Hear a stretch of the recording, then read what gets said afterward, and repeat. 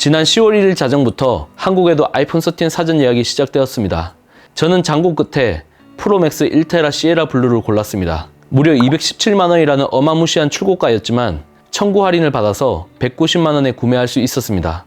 120Hz 주사율의 프로모션 기술과 A15 바이오닉 칩의 압도적인 성능, 그리고 아이폰 역사상 가장 오래가는 배터리 사용 시간이 이러한 선택을 하게 된 결정적인 이유였던 것 같습니다. 하지만 아직 약정 기간이 남으셨거나 굳이 교체할 필요성을 못 느끼시는 분들은 후속 모델을 기다리시는 걸 권해드립니다. 최근 경제 전문지 포브스에 올라온 기사를 보면 아이폰 13은 있고 내년을 기다려야 한다 라고 주장을 펼쳐 큰 관심을 끌고 있습니다. 테크 요정 비티크 비하인드 씬, 이번 시간에는 아이폰 14 기다려야 하는 이유 5가지에 대해 살펴보겠습니다.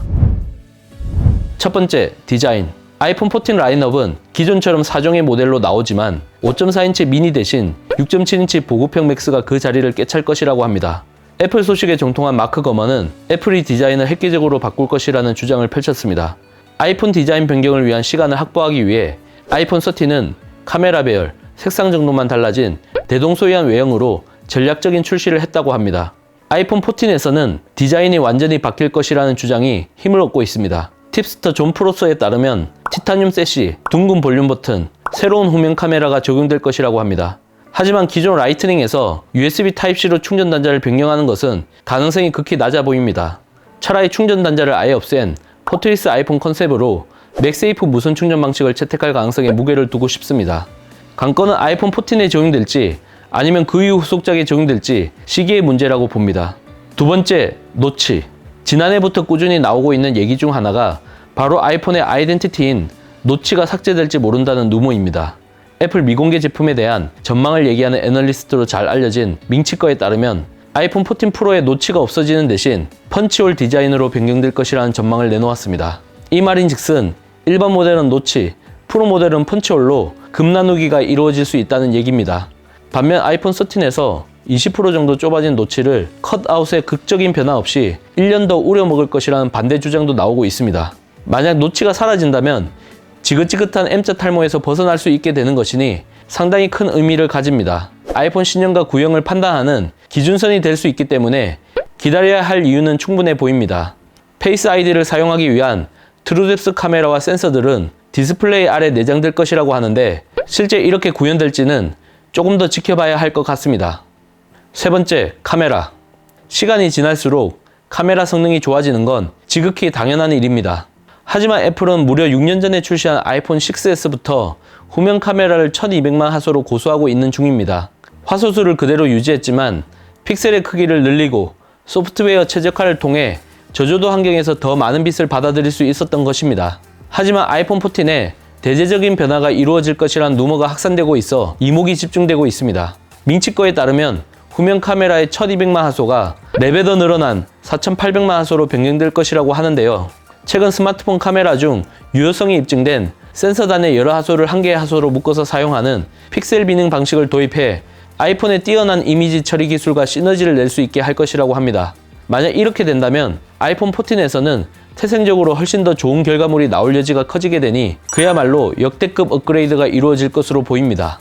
또한 아이폰 13에 최초로 적용된 시네마틱 동영상 촬영 기능의 완성도 역시 한층 더 높아질 것으로 예상됩니다. 하지만 후면 카메라의 범프가 지금보다 평평해져 카툭티가 없어질 것이라는 존 프로서의 주장에 대해서는 개인적으로 신빙성이 떨어진다고 봅니다. 지금은 역사의 뒤안길로 사라진 LG 스마트폰이 언더글라스 공법이라는 카툭티가 없는 매끄러운 디자인을 강조했지만 정작 큰 효과를 보진 못했습니다. 무엇보다 맥세이프 케이스와 같은 액세서리를 팔아서 수익화를 해야 하는 애플 입장에서 굳이 이와 같은 제살 갉아먹기를 해야 할 이유가 없을 것 같습니다. 네 번째, 램.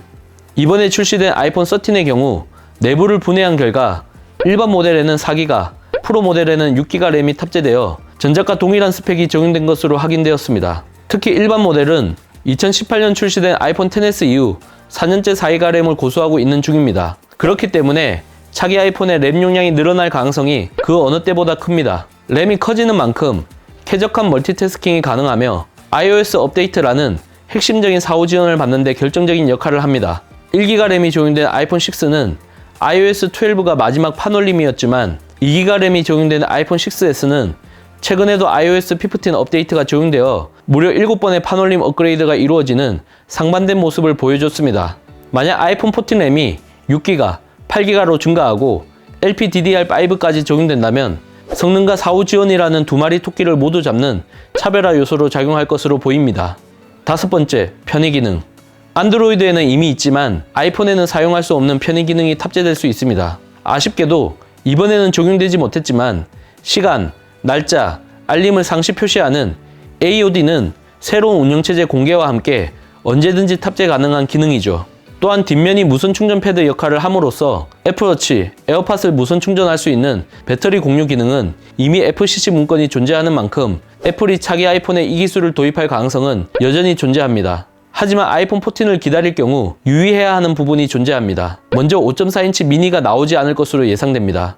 비슷한 크기의 아이폰 SE가 있긴 하지만 홈 버튼으로 인한 시대착오적인 베젤이 적용되고 화면도 상대적으로 작기 때문에 완벽하게 대체를 할 수 없죠. 다음으로 아이폰 가격이 인상될 가능성이 크다는 겁니다. 대만 IT 매체 디지타임즈에 지난 8월 26일 TSMC가 반도체 가격 20% 인상을 통보했다는 내용이 올라와 충격을 주고 있습니다. 2022년 1월부터 7나노 공정 이상이 적용된 품목에 한해 최소 3%에서 최대 10% 가격 인상이 이루어질 것으로 예상됩니다. 최근 출시한 아이폰 13 시리즈의 경우 가격 인상 적용 시점이 아니라서 다행스럽게도 전작과 가격이 동결될 수 있었습니다. 아이폰 14는 2022년 하반기 출시에 3나노 공정 기술이 예상되는 A16 바이오닉 칩이 탑재되기 때문에 최소 $50에서 최대 $100의 가격 인상이 예상되니 이 부분은 꼭 참고하시기 바랍니다. 여러분들의 생각은 어떠신가요? 이번 영상 잘 보셨다면 좋아요, 구독, 알림 설정 부탁드립니다. 영상 제작에 큰 도움이 되니 잊지 말고 눌러주시는 센스. 테크 요정 비트크 비하인드 씬. 다음 영상도 많은 기대 부탁드립니다. 감사합니다.